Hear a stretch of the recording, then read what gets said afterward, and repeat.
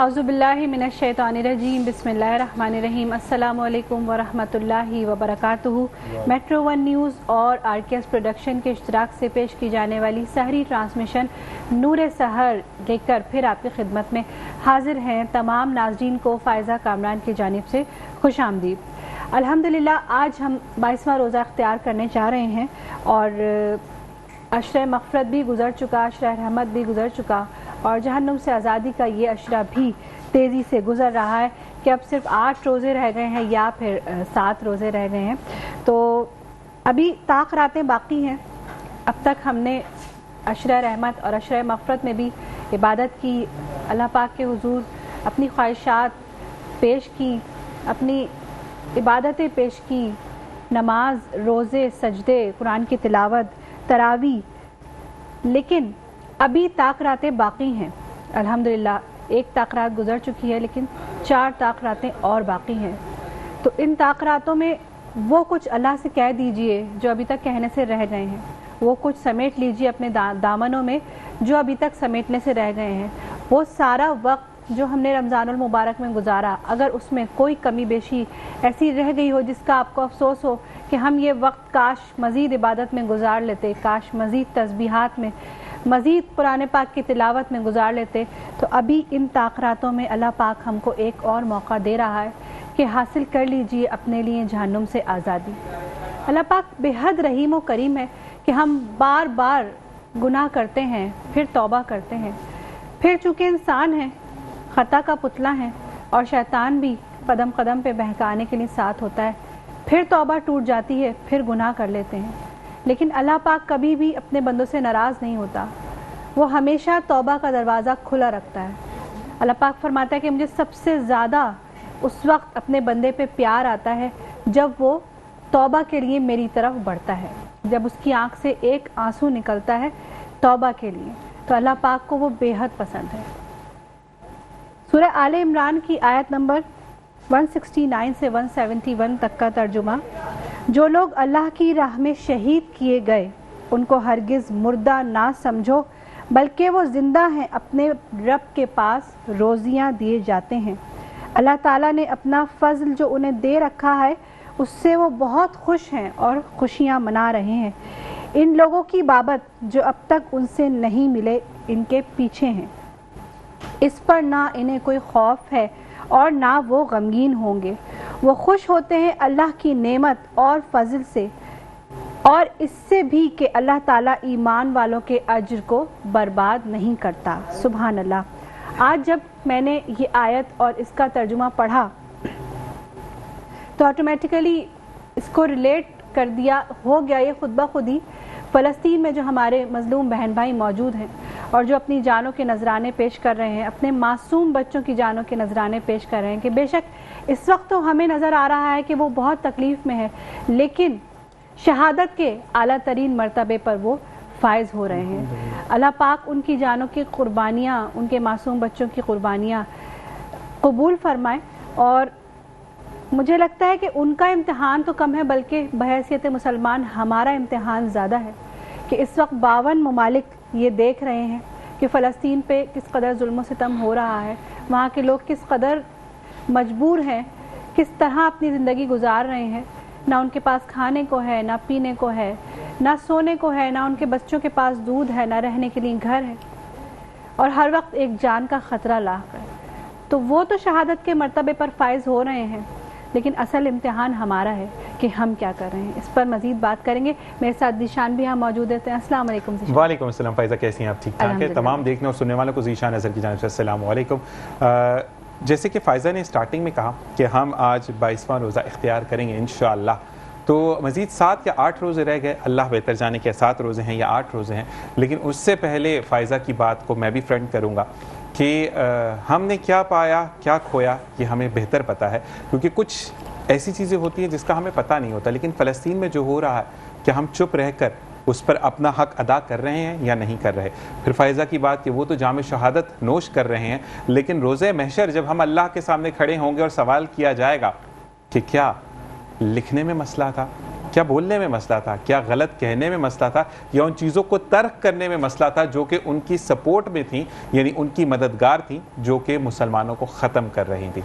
उस वक्त सवालिया निशान के कोई जवाब नहीं होगा, क्योंकि उस वक्त फिर आपको एक जगह पे रखा जाएगा, दूसरी जगह पर आपके अच्छे काम या नेकियां होंगी, और यकीन कीजिए कि शायद पहले सवाल में ही नेकियां ख़त्म हो जाएंगी और फिर हम रोएंगे इस वक्त को जो हमने ज़ाया कर दिया। तो बेहतर ज़िंदगी का राज यही है कि अभी से अकाउंट की फ़िक्र ना करें, 1000 अकाउंट बन जाएंगे, सोशल मीडिया ख़त्म हो जाएगा तो ज़ुबान ख़त्म नहीं होगी। ज़ुबान से बुरा बोलें। कहते हैं कि अगर आपके पास ताकत है तो हाथ से लड़ो, नहीं है तो ज़ुबान से लड़ो, और अगर दोनों की ताकत नहीं रखते तो दिल में तो बुरा बोलो। और हमारे यहाँ पे फ़ायदा क्या है कि अगर 200 रुपये डील पर कम होते तो हम वहाँ पहुँच जाते जहाँ पर उन्होंने खुलेआम लिख कर लगा दिया कि रमज़ान के बाद इस जो फ़लस्तीन है इसको ख़त्म कर दिया जाएगा। तो ऐसा तो कभी हो नहीं सकता कि किबला अव्वल वहाँ पर है, और खुदा ताला उसकी ज़रूर हिफाजत फरमाएगा इंशाअल्लाह। और तमाम मुसलमानों की दुआएं हैं, क्योंकि हम भी तरावी के लिए जाते तो पहली दुआ यही होता है कि हम ज़िंदगी में क्या खोते हैं क्या पाते हैं उसको दुआ में ज़रूर याद रखते हैं। तो अल्लाह ताला हमें इस पर अमल करने की भी तौफीक अता फरमाए। इसी के साथ हम गेस्ट की तरफ जाएंगे। जी फ़ायज़ा, कौन कौन मौजूद है आज हमारे साथ? हमारे साथ आज मौजूद हैं हकीम आफ्ताब अहमद, इस्लामी स्कॉलर हैं और हर्बलिस्ट भी हैं। अस्सलाम वालेकुम, आपको अपने प्रोग्राम में खुशामदीद कहते हैं। आपके साथ मौजूद हैं अलीमुद्दीन अलीम साहब, नात ख्वां हैं। अस्सलाम वालेकुम। और आपके साथ मौजूद हैं नात ख्वां सैयदा इमामा। अस्सलाम वालेकुम, आपको भी खुशामदीद कहते हैं। कारी मोहम्मद रमज़ान मीरवी ने अपने खूबसूरत अंदाज में तिलावत कलाम पाक फरमाई। और जिशान, अब आप बिल्कुल जी सवाल करते हैं हकीम आफ्ताब साहब से। सबसे पहले तो बहुत बहुत शुक्रिया कि आप धाबे जी से तशरीफ़ लेकर आए, और साथ साथ आप माशाल्लाह ख़ानदानी हकीम हैं और एक मतलब नस्ल दर नस्ल या पीढ़ी दर पीढ़ी आपकी ये जो ख़ानदानी काम आप उसको लेकर चल रहे हैं। सबसे पहली बात कि आप को जब हिकमत का कहा गया या शुरू से शौक़ था घर वालों को देख के, थोड़ा सा इस बारे में बताइएगा, फिर मज़ीद हम रमज़ान के हवाले से बात करते हैं आपसे। बिस्मिल्लाहिर्रहमानिर्रहीम। जो हिकमत का सिलसिला है हमारा, तो मेरे वालिद साहब के नाना जान हकीम ख्वाजा मोहम्मद यूनस मरहूम, तो यूसुफ मरहूम ये हकीम थे, और हिकमत करते करते एक वक्त आया कि इनकी आंखों की रोशनी चली गई। उसके बाद भी इन्होंने हिकमत का सिलसिला जारी रखा, और हमारे बुज़ुर्ग बताते हैं, वालिद साहब बताते हैं कि उनकी आंखों की बीनाई नहीं थी, लेकिन वो चीज़ों को चेक करके चख के वो बता दिया करते थे कि किस बीमारी की दवा है। फिर इसी तरह यही सिलसिला हमारे वालिद साहब ने बचपन से ही, वो वालिद साहब उनके साथ हुआ करते थे, क्योंकि उनकी आंखों की बीनाई नहीं थी तो बाकी सारा काम मैनेज करने के लिए एक शख्स चाहिए होता था। तो वालिद साहब बचपन से उनके साथ ये काम करते थे, हाथ बटाते थे। तो यूँ फिर वालिद साहब की दिलचस्पी इसकी जानिब हुई। फिर इसी तरह मेरा जब बचपन की उम्र 9 साल की उम्र जब थी मेरी, तो 9 साल की उम्र से वालिद साहब के साथ हाथ बटाने का सिलसिला शुरू हुआ, और ये सिलसिला चलते चलते अल्हम्दुलिल्लाह अल्लाह के फजल करम से इस मकाम पर आ पहुँचा कि अल्हम्दुलिल्लाह आज वालिद साहब की नशिस्त पर, अगरचे उस काबिल नहीं जिस तरह से वो जो उनका मकाम था उसके काबिल तो नहीं, लेकिन कुछ ना कुछ अदना सी कोशिश कर रहे हैं उनकी नशिस्त पर। मुझे 4था साल है वालिद साहब के इंतकाल को, और रमज़ान मुबारक के मुक़द्दस महीने में ही 11वें रोज़े को वालिद साहब का इंतकाल हुआ। तो 4 साल कबल, तो अभी 4 साल हो चुके, और 4 साल से उनके जो फ़राइज़ थे वो मैं सर अंजाम दे रहा हूँ। ज़बरदस्त ज़बरदस्त। और इसी के साथ साथ फ़ायज़ा हकीम साहब, जो अब क्योंकि हम आखिरी अशरे में हैं और उसके बाद हम ईद पर जाएंगे, अच्छा रमज़ान के जब 20 या 21 रोज़े हो जाते हैं तो हम बहुत दिल खोल कर या डट कर हम पकौड़े भी खाते हैं, हम दही बड़े भी खा रहे होते हैं, हम पिज़्ज़ाज़ भी खा रहे होते हैं, और ईद पर हमें स्लिम फिट होना है कि हमें कुर्ते में बहुत अच्छा नज़र आना है, या लड़कियों को जो है वो फ्रॉक पहननी है तो उसमें उनकी जो कमर है वो नज़र ना आए, यानी पेट जो है वो बाहर नज़र ना आए। तो ओबेसिटी को हम कुछ दिनों में कैसे कंट्रोल कर सकते हैं? अच्छा सवाल है, और यहाँ पर एक चीज़ की तरफ मैं आपको रहनुमाई करता चलूँ कि हमारे यहाँ दवा खाने पर अल्हम्दुलिल्लाह रमज़ान का महीना जब आता है ना, तो रश यूँ समझ लें कि 70% ख़त्म हो जाता है। अच्छा, पेशेंट्स का, क्योंकि अल्हम्दुलिल्लाह रमज़ान का महीना इतना बाबरकत है कि लोग जब रोज़े रखते हैं तो रोज़े रखने से उनकी सेहत माशाल्लाह बरकरार रहती है। बहुत अच्छा पॉइंट है ये। मैं आपको अपने क्लिनिक की रूटीन बता रहा हूँ। मेरे पास अब जो इस वक्त जो इतने भी मरीज़ आ रहे हैं ना, उनमें 90% पेशेंट वो है जो रोज़ा नहीं रख रहा। सही, रोज़ा रखने वाला 10% पेशेंट है जो है क्लिनिक जिसको आना पड़ रहा है। तो ये तो बहुत अच्छी बात है अगर रोज़ा रख रहे हैं, रोज़ा रखने से आपकी सेहत बरकरार रह रही है। फिर इसी तरह से आपने जैसा कहा कि रमज़ान के आखिरी अय्याम में रुझान बढ़ जाता है फ़ास्ट फूड वगैरह का, ये चीज़ें खाने का। तो देखें, कोई भी चीज़ है ना, कोई भी चीज़ रमज़ान हो या रमज़ान के अलावा, अगर आप लिमिट में रहकर उसको इस्तेमाल करेंगे ना तो वो कभी भी आपको नुकसान नहीं देगी। सही, सब कुछ अल्लाह की नेमतें हैं, सब कुछ खाएं, लेकिन उसको एक लिमिट में रखें। ये ना हो कि अब डेली ही फास्ट फूड चल रहा है, अब शॉपिंग पे डेली जा रहे हैं, एक दिन जूते लेने जा रहे हैं तो उस दिन भी फास्ट फूड चलेगा, अगले दिन ड्रेस लेने जाना है तो उस दिन भी फास्ट फूड, ज्वेलरी लेने जाना है तो उस दिन भी फास्ट फूड। तो डेली ना हो, डेली बेस पर ना हो, हफ्ते में एक आधा बार नॉर्मल सा रखें। फिर यहाँ पर एक और बात मेन आती है कि जो ज़्यादा फैट वाली चीज़ें हैं उनसे थोड़ा सा अवॉइड किया जाए। ख़ास तौर पर जैसे हमारे यहाँ अफ्तार में जो कहा जाता है कि हमारे पाक व हिंद में ख़ास तौर पर ये पकोड़े और समोसे तो ऐसा लगता है कि शायद ये लाजिम हो चुके हैं। हालांकि अगर समझा जाए तो पकोड़े समोसे ये अफ्तारी के लिए लाजमी जुज़ नहीं है, इसके बगैर भी अफ्तारी की जा सकती है। सर यहाँ पर हमें ब्रेक का कहा जा रहा है, वापस आकर इस चीज़ को कंटिन्यू करते हैं और आपने कहीं नहीं जाना। मिलते हैं एक छोटे से ब्रेक के बाद। अस्सलामु अलैकुम व रहमतुल्लाह। जी नाज़रीन, तो एक मरतबा फिर हाजिर खिदमत है नूर सहर सारी ट्रांसमिशन लेकर, जो कि आप रोज़ाना मुलाहिज़ा करते हैं यकुम रमज़ान से चांद रात तक हम आपके साथ हैं। 3 बजे से लेकर 6:30 बजे तक हम आपके साथ रहते हैं और आप भी हमारे साथ रहते हैं और हमें लाइव फीडबैक भी शेयर करते रहते हैं, जिसके लिए हम नाज़रीन का बेहद शुक्रिया अदा करेंगे। और यहाँ एक शुक्रिया और अदा करेंगे अपने स्पॉन्सर्स का, जिनके बगैर ये ट्रांसमिशन जारी रखना मुमकिन नहीं थी। हमारे स्पॉन्सर्स में शामिल हैं पावर ईगल्स, जिनका कहना है पाकिस्तान और मिडिल ईस्ट की नंबर 1 टीम को आज ही ज्वाइन कीजिए और घर बैठे लाखों रुपए महाना कमाइए। राब्ते के लिए स्क्रीन पर इंस्टाग्राम आईडी और वेबसाइट एड्रेस आपको नज़र आ रहा होगा, वहां जाइए और इनसे रब्ता कीजिए। इसके अलावा Abid educational society, the graceful grammar high school, बोलती किताबें, Javed publishers, aqua electrical products का एक जाना माना नाम, Alghausia Hyderabadi yakhni pulao, Madhiya stop North Karachi, hub of property की दुनिया में एतमाद का नाम, न्यू टाउन डेयरी, हर पल ताज़ा चाय बाय स्पेक्टो, रीको सिरप बनाने वाले मूव फार्मा, हया नूर abayas and accessories, vital T, जिनका कहना है कि वाइटल पियो ज़िंदगी जियो। इसके अलावा रूह अफ़ज़ा, जिनकी तरफ से गिफ्ट हैम्पर्स भेजे गए हैं। रूह अफ़ज़ा का स्लोगन है नेमतों में बरकतों का कमाल, ये सुनहरा सा लाल। और अगर आज के वार्डरोब की बात करें तो वार्डरोब हमें आज सिद्दत कुटोर की जानिब से भेजा गया है। थैंक यू सो मच तमाम स्पॉन्सर्स का, बहुत शुक्रिया। बिल्कुल जी, इसी के साथ फ़ायज़ा हम चलते हैं अपने हकीम साहब की तरफ। हकीम साहब हमें ये बताएं कि छोड़ना तो सही है ना, छोड़ना तो मुश्किल हो जाता है, अब खा लिया मोटे हो गए उसको कम कैसे करें? 2 बातें इसमें ना जो आपने सवाल किया। एक तो चीज़ है कि खा लिया मोटे हो गए, मोटे बाद में होंगे, ठीक है। पहले जो पेट खराब होगा, ठीक है, पहले उस पर गौर करें ना, ठीक है, क्योंकि इसके खाने से आप फ़ौरन मोटे नहीं होंगे। याद रखिएगा। अच्छा, एक बात और भी रिसर्च से साबित होती है कि कोई भी ज़्यादा खाने से मोटा नहीं होता, बेतरतीब खाने से मोटा होता है, ठीक है। अच्छा, अब जो इस तरह की चीज़ें जब रमज़ान के महीने में खाएंगे तो होता ये है कि दिन भर कुछ खाया पिया नहीं होता। जब अफ्तार में इस तरह जो है वो डिसबैलेंस होकर बहुत ज़्यादा मिकदार में ये फास्ट फूड वगैरह जब आप ले लेते हैं तो उससे पेट ख़राब होने का बहुत अंदेशा हो जाता है, ठीक है, और बैक्टीरियाज़ की तादाद ज़्यादा हो जाती है, जिसकी वजह से पेट ख़राब होने के चांसेस बहुत ज़्यादा होते हैं। और अमूमन फिर लोगों को पेट में दर्द की शिकायत होती है, रात में फिर जो है वो पेट में दर्द वाला मामला हो जाता है। तो यहाँ पर याद रखिएगा कि रमज़ान के महीने में जैसे अगर आप इस तरह की फ़ास्ट फूड वगैरह जब ज़्यादा ले रहे हैं ना तो रमज़ान का महीना जैसे ही ख़त्म होगा तो कोशिश करें कि रमज़ान के ख़त्म होने के बाद, ईद के बाद फिर इस चीज़ों से मुकम्मल अवॉइड करें कुछ दिनों तक। लेकिन हमारे यहाँ रुझान जो है ना, ख़ास तौर पर कराची में ये होता है कि 3 दिन तो ख़ास तौर पर जो है वो बेतरतीब ये चीज़ें खाई जा रही होती हैं। तो जब रमज़ान में आपने एक जो है ना इतना ज़्यादा ही खा लिया। अच्छा, फिर एक और चीज़ भी यहाँ पर कहता चलूँ कि अगर आपने खाना ही ना, देखें खाने का दिल तो सबका चाहता है, खाएं लें लेकिन थोड़ा सा ले लें, एक मिकदार में ले लें, उसके बाद बाकी चीज़ों को साथ में कॉम्बिनेशन बना लें। थोड़ा सा फ्रूट ले लें, खजूर ले लें, थोड़ा सा शेक वगैरह ले लें।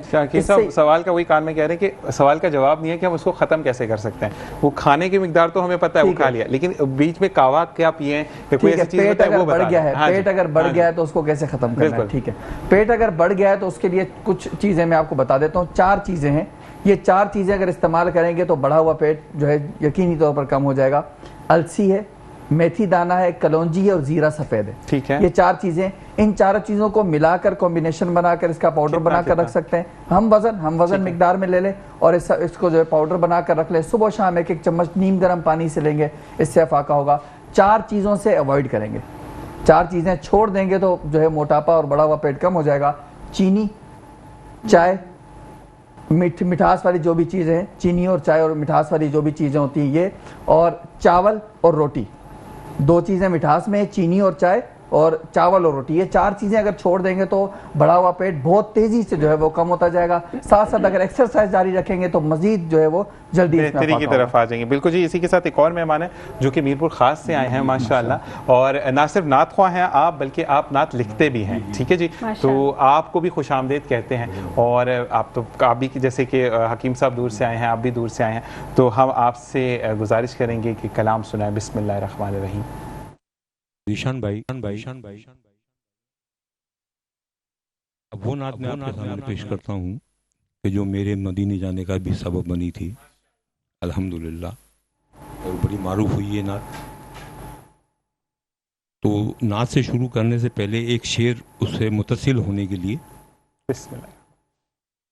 दरे अक़दस पे हाले दिल सुनाना याद आता है, मदीना याद आता है, दरे अक़दस पे हाले दिल सुनाना याद आता है, मदीना याद आता है, मदीने में जो गुजरा वो ज़माना याद आता है, मदीना याद आता है। चलो मदीने गम के मारो नबी को हाल सुनाए, करम का दर खुला है, करम का दर खुला है, मुझको यकीन है करम करेंगे आम नबी के लाल, उनको तो मालूम है यारो मेरे दिल का हाल, कहते हैं ये दिल के तार, मैं मदीने जाऊंगा वो दिन आएगा एक बार, मैं मदीने जाऊंगा वो दिन आएगा एक बार, मैं मदीने जाऊंगा। देखा नहीं उनका दर अब तक क्या होगा अंजाम, लेकिन दिल की धड़कन मुझको देती है पैगाम, मरने से पहले कई बार, मरने से पहले कई बार मैं मदीने जाऊंगा वो दिन आएगा एक बार, मैं मदीने जाऊंगा।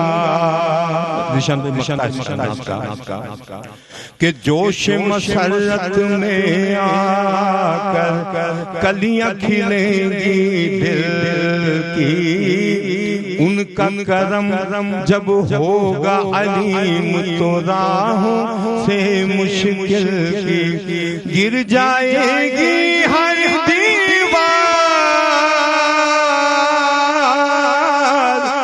मैं मदीने जाऊंगा वो दिन आएगा एक बार, मैं मदीने जाऊंगा, मैं मदीने जाऊंगा, मैं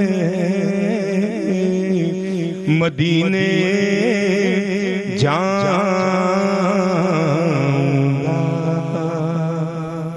सुभान अल्लाह। और इंशाअल्लाह हम ज़रूर मदीने जाएंगे, बुलाएंगे सरकार हमें और हम मदीने जाएंगे, आका के दरबार में हाज़िरी देंगे, दुरूद व सलाम पढ़ेंगे और मक्के मुकरमा जाकर अल्लाह से दुआ करेंगे कि अल्लाह ताला जितने गुनाह हो गए माफ़ कर दे और अब उन फरिश्तों में शामिल कर ले कि जो तेरे ख़ास और नेक बंदे हैं। इसी के साथ एक वक्फ़ा। अस्सलामु अलैकुम व रहमतुल्लाह।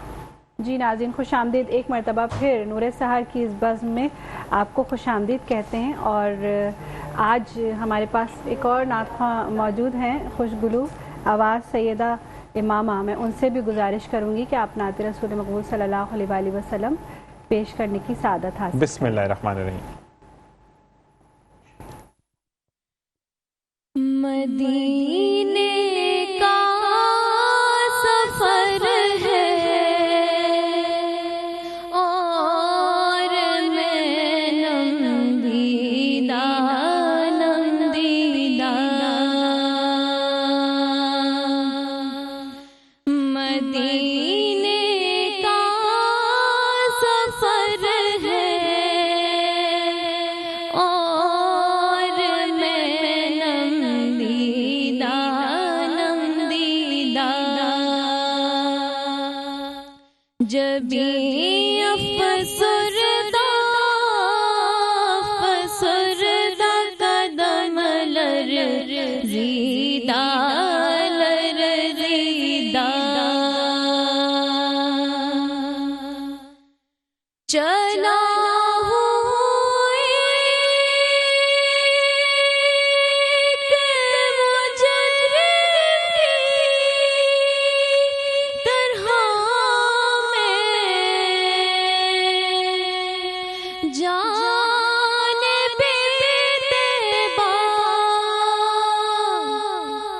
चला एक मुजरिम की तरह मैं, जान बेतबा नजर शर्मिंदा शर्मिंदा, बदन लरज़ीदा लरज़ीदा, नजर शर्मिंदा शर्मिंदा, बदन लरज़ीदा लरज़ीदा, किसी के हाथ ने मुझको सहारा दे दिया, वरना किसी के हाथ ने मुझको सहारा दे दिया, वरना कहाँ मैं और कहाँ ये रास्ते पेचीदा पेचीदा,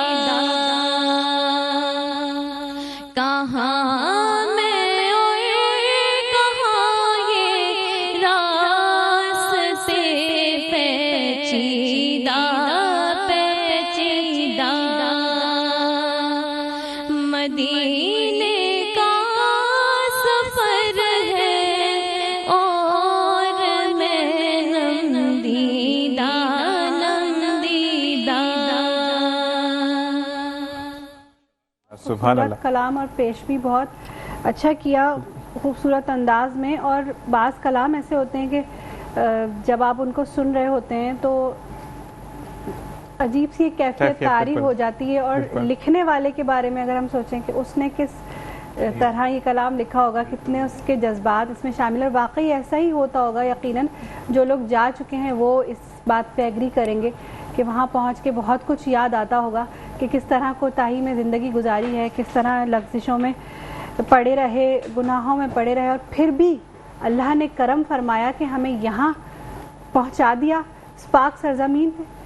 और क्या खूबसूरत शेर है कि जब कोई वहाँ पहुँच जाता है तो उसकी क्या कैफियत होती है कि हैरत से ख़ुद को कभी देखता हूँ और देखता हूँ कभी मैं हरम को, कि लाया कहाँ मुझको मेरा मुकद्दर। सुभान अल्लाह। तो मुकद्दर वाले ही जाते हैं बेशक वहाँ। बिल्कुल ऐसा ही है, और बुलावा हमेशा यही करनी चाहिए कि अल्लाह पाक हमारे नसीब में एक मरतबा, हर मुसलमान के नसीब में एक मरतबा अपने और अपने हबीब के दर की हाजिरी लिखते हैं। आमीन सुमा आमीन। और कहते हैं कि जो पहली दफ़ा जाता है उसके तो एक्साइटमेंट और जोश अलग होता है, क्योंकि देखा नहीं होता, वहाँ एक्सपीरियंस नहीं किया होता कि कैसा मंजर है, क्या हमारे अंदर का हाल होगा। लेकिन जो एक मरतबा जाके वापस आता है ना, उसको ज़्यादा शिद्दत से दोबारा जाने की ख्वाहिश होती है। बिल्कुल ऐसे ही है फ़ायज़ा, क्योंकि वो जगह ऐसी है कि वहाँ ज़ाहिर सी बात है मेरे और आपके प्यारे आका मौला अहमद मुश्तबा मोहम्मद मुस्तफ़ा सल्लल्लाहु अलैहि वसल्लम आराम पजीर हैं, तो कैसे दिल भर सकता है उस सरजमीन से। बिल्कुल ऐसे ही। बहुत खूबसूरत कलाम माशाल्लाह। और अब हम गेस्ट की जाने। बिल्कुल जी बिल्कुल। और एक चीज़ और मैं फ़ायज़ा आपको बताऊं कि जब आप पहली दफ़ा जाते हैं ना,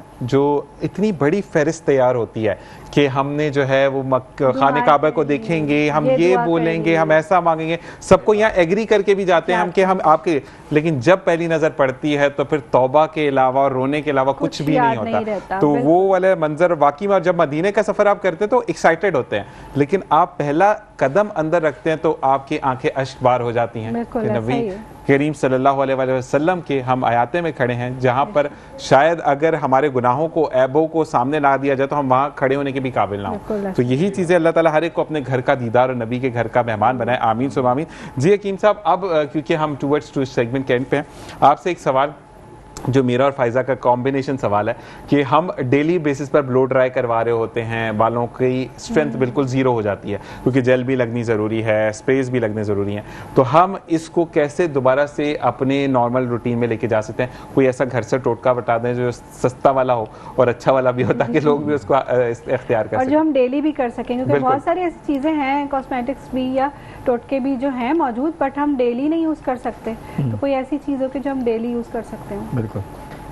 इसके हवाले से, क्योंकि मेरी ये फील्ड है और इस पर बहुत बेहतरीन अंदाज से हम काम कर रहे हैं, क्योंकि इसमें ना हमारे वालिद साहब कहा करते थे कि जिसको भी बालों के हवाले से कोई भी मसला है या बालों की अच्छी ग्रोथ करनी है तो वो बालों को अच्छे तरीके से धोए। अगर आप बालों को अच्छा धोते हैं, अच्छा वॉश करते हैं, तो ये सारे मसाइल हल हो सकते हैं। क्योंकि देखें, आप जेल लगाते हैं, कुछ भी आप यूज़ करते हैं, तो जब तक बाल अच्छी तरह वॉश नहीं होंगे और बगैर वॉश हुए जब उस पर दोबारा जेल लगेगा तो इससे बाल आपके ख़राब होंगे। ठीक है। वॉश करने का क्या तरीका है जो हमारे हर्बल में है, वो ये है कि प्याज का पानी और रेठे का पानी, सीकाकाई का पानी, इन चीज़ों से अगर बालों को वॉश किया जाए तो जो है ये इससे बहुत आसानी से अच्छे से वॉश हो जाते हैं और बालों से जो है वो केमिकल्स वगैरह बिल्कुल ख़त्म हो जाते हैं और इससे बाल काफ़ी स्मूथ हो जाते हैं।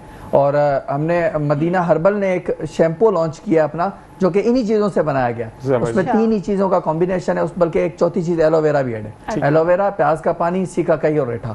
तो इन चीज़ों से बने हुए अगर आप प्रोडक्ट यूज़ करेंगे या खुद बना लें, उसको अगर आप यूज़ करेंगे तो उससे जब बाल अच्छी तरह वॉश हो जाएंगे तो जो है वो इसमें काफ़ी हेल्प मिलेगी। और अगर कोई ये पानी घर में बनाना चाहे, शैम्पू अगर कोई और सा यूज़ करते हो और सिर्फ हम ये पानी तो उसका भी तरीक़ाकार बता दीजिए। जी, बहुत आसान सा तरीका है।